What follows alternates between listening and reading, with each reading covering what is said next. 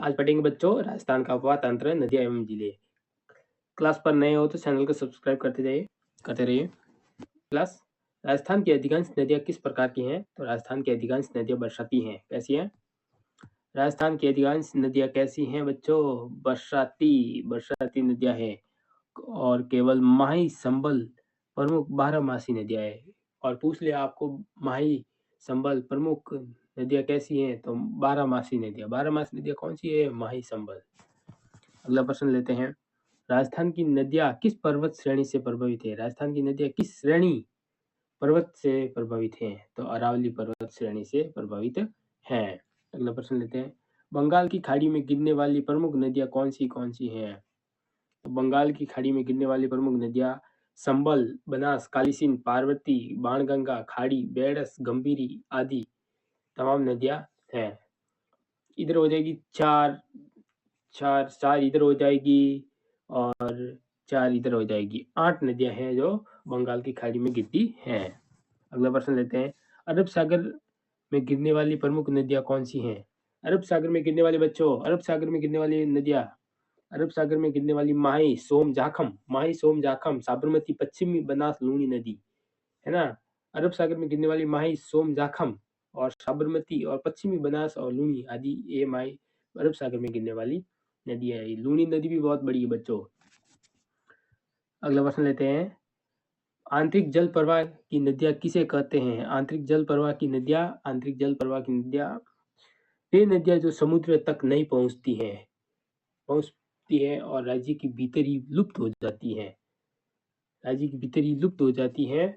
उन नदियों को आंतरिक जल प्रवाह नदियां कहते हैं।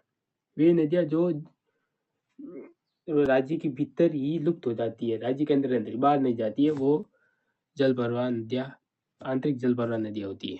अगला प्रश्न लेते हैं। राजस्थान के कौन से जिले ऐसे हैं जहाँ कोई नदी नहीं है ना, जहाँ कोई भी नदी नहीं, ये याद रखना। तो वो जिले हैं, वो कौन से जिले हो जाएंगे? चूरू, फलोदी, पूर्व जोधपुर क्षेत्र और बीकानेर। चूरू, फलोदी और पूर्व जोधपुर, बीकानेर है ना, ये हो जाएंगे हमारे जहाँ कोई नदी नहीं बहती है, चूरू में और जोधपुर क्षेत्र और बीकानेर में। राज्य में पूर्णतः बहने वाली सबसे लंबी नदी राजस्थान का लगभग कितने प्रतिशत क्षेत्र आंतरिक जल प्रवाह प्रणाली में आता है? राजस्थान का लगभग कितने प्रतिशत क्षेत्र आंतरिक जल प्रवाह प्रणाली में आता है ना। समझ गए प्रश्न?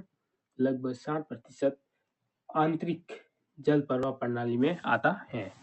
अगला प्रश्न लेते हैं। सर्वाधिक जिलों में बहने वाली नदी कौन सी है? सर्वाधिक जिलों में बहने वाली नदी बच्चों, तो सर्वाधिक नदी में बहने वाली नदियां हैं चंबल, बनास और लूनी जिलों में बहने वाली नदियां। अगला प्रश्न लेते हैं।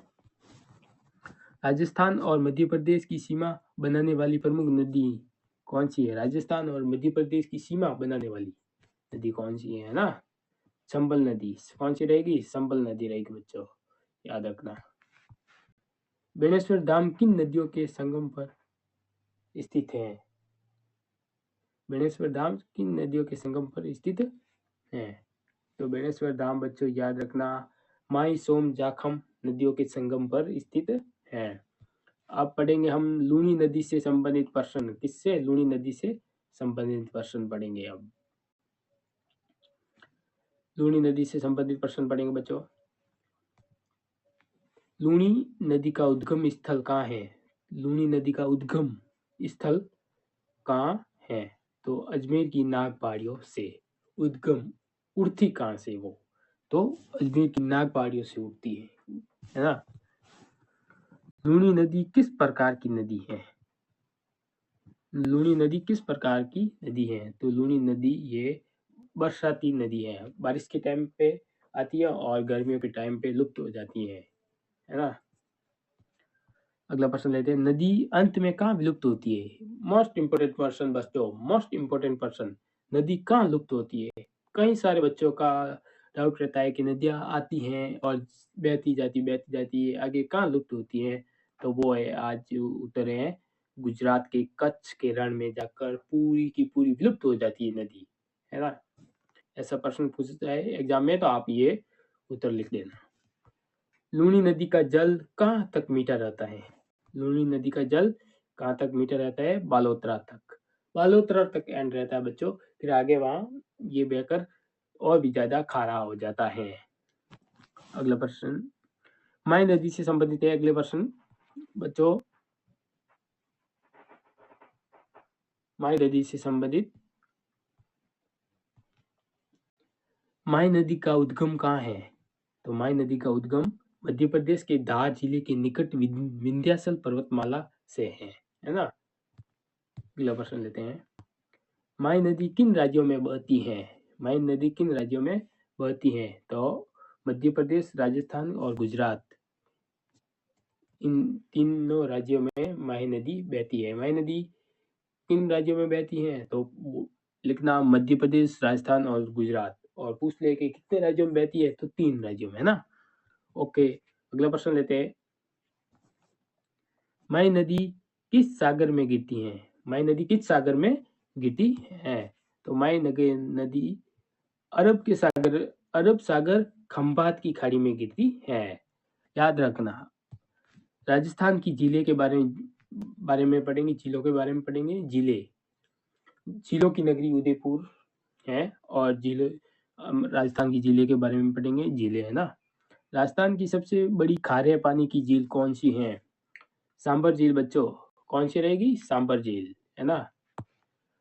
राजस्थान की सबसे खारे पानी की झील है सांबर झील, याद रखना। सांबर झील किन जिलों में स्थित है? सांबर झील किन जिलों में स्थित है? जयपुर और नागौर, जयपुर और नागौर में। डिडवाना झील किस जिले में है? डिडवाना झील किस जिले में है? तो नागौर में है डिडवाना झील, है ना। लूणकरणसर किस जिले में स्थित है? लूणकरणसर किस जिले में स्थित है बच्चों? बीकानेर में। राजस्थान की सबसे बड़ी मीठे पानी की कृत्रिम झील कौन सी है? जयसमंद झील, डैबर झील, है ना।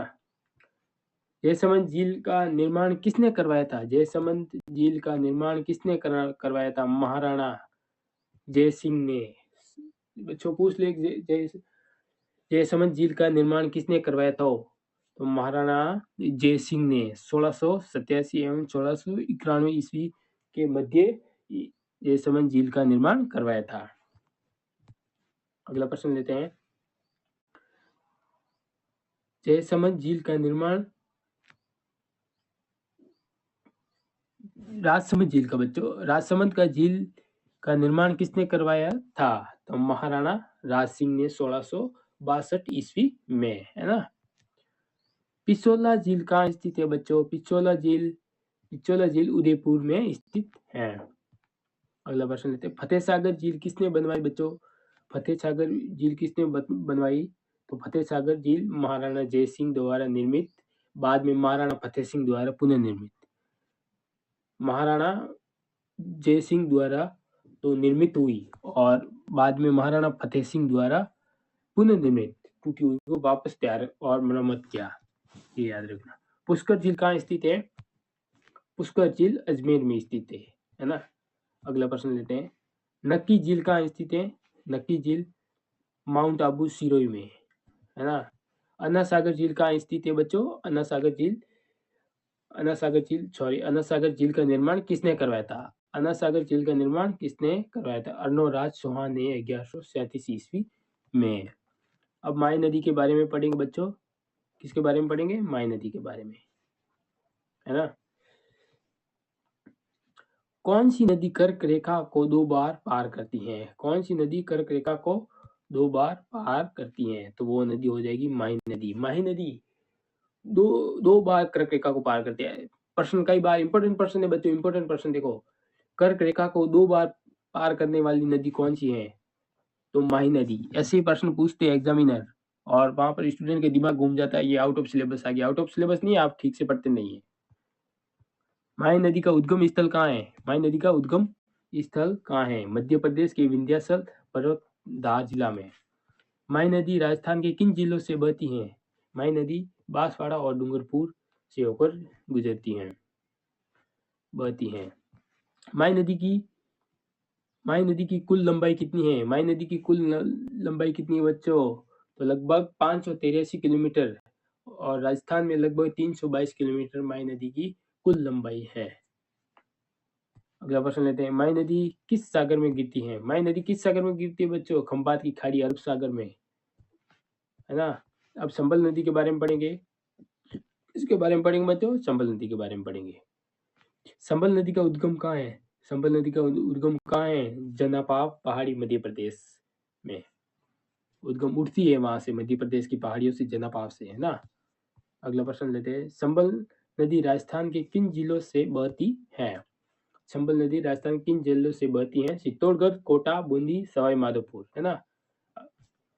अगला प्रश्न लेते हैं, राजस्थान संबल नदी किस नदी की सहायक है? संबल नदी किस नदी की सहायक है? तो यमुना नदी की, है ना। संबल नदी पर बने प्रमुख बांध कौन कौन से हैं?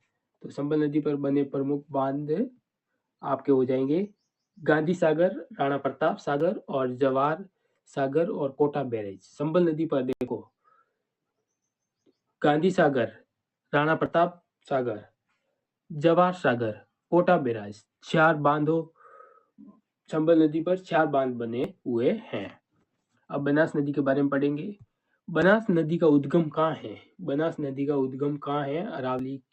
अरावली की पहाड़ियों, कुंभलगढ़, राजसमंद। बनास नदी का उद्गम कहाँ है? अरावली की पहाड़ियों, कुंभलगढ़, राजसमंद में। बनास नदी किस नदी में मिलती है? बनास नदी किस नदी में मिलती है? संबल नदी में। बनास नदी की कुल लंबाई, बनास नदी की कुल लंबाई लगभग 512 किलोमीटर। बनास नदी की कुल लंबाई कितनी है बच्चों? 512 किलोमीटर। बनास नदी को क्या कहा जाता है? बनास नदी को वन की आशा कहा जाता है। राजस्थान की सबसे लंबी नदी कौन सी है बच्चों? राजस्थान की सबसे लंबी नदी कौन सी है बच्चों? तो राजस्थान की सबसे लंबी नदी हो जाएगी बहने वाली संबल राजस्थान में बहने वाली नदियों में से है, सबसे लंबी नदियों में से है। लूनी नदी का उद्गम बच्चों अरावली पर्वतमाला, अजमेर के पास, है ना। अगला प्रश्न लेते हैं, लूनी नदी कहाँ समाप्त होती है? मोस्ट इंपोर्टेंट प्रश्न है बच्चों। लूनी नदी कच्छ के रण में, है ना। अगला प्रश्न लेते हैं, गगर नदी राजस्थान के किस क्षेत्र में बहती है बच्चों? गगर नदी किस क्षेत्र में बहती है बच्चों? श्री गंगानगर, हनुमानगढ़ क्षेत्र में, है ना। अगला प्रश्न लेते हैं बच्चों, कोलायत झील, इसके बारे में, कोलायत झील के बारे में पढ़ेंगे। प्रश्न है, कोलायत झील किस जिले में स्थित है? बीकानेर में। देखो इंपोर्टेंट प्रश्न है कोलायत झील। आप ऐसे प्रश्नों को पढ़ा करो ध्यान से, ये प्रश्न आते हैं, कई बार रिपीट हुए, है ना। कोलायत झील किस जिले में है? तो बीकानेर में है ना। अगला प्रश्न लेते हैं,